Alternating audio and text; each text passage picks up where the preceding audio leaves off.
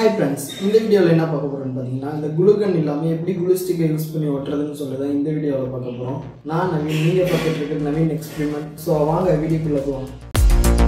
First lighter எடுத்துக்கோங்க. அப்புறம் glue gun எடுத்து லைட்டரை வச்சு ஹீட் பண்ணிக்கோங்க. ரொம்ப ஹீட் பண்ணிடாதீங்க, glue gun உருகி கீழே விழுந்துடும். ஓரளவுக்கு மீடியமாக ஹீட் பண்ணிக்கோங்க. ஸோ நான் ஹீட் பண்ணிட்டேன். ஹீட் பண்ணதுக்கப்புறம் எங்கே ஒட்டணுமோ அந்த இடத்துல இந்த மாதிரி வச்சு ஒட்டிக்கோங்க.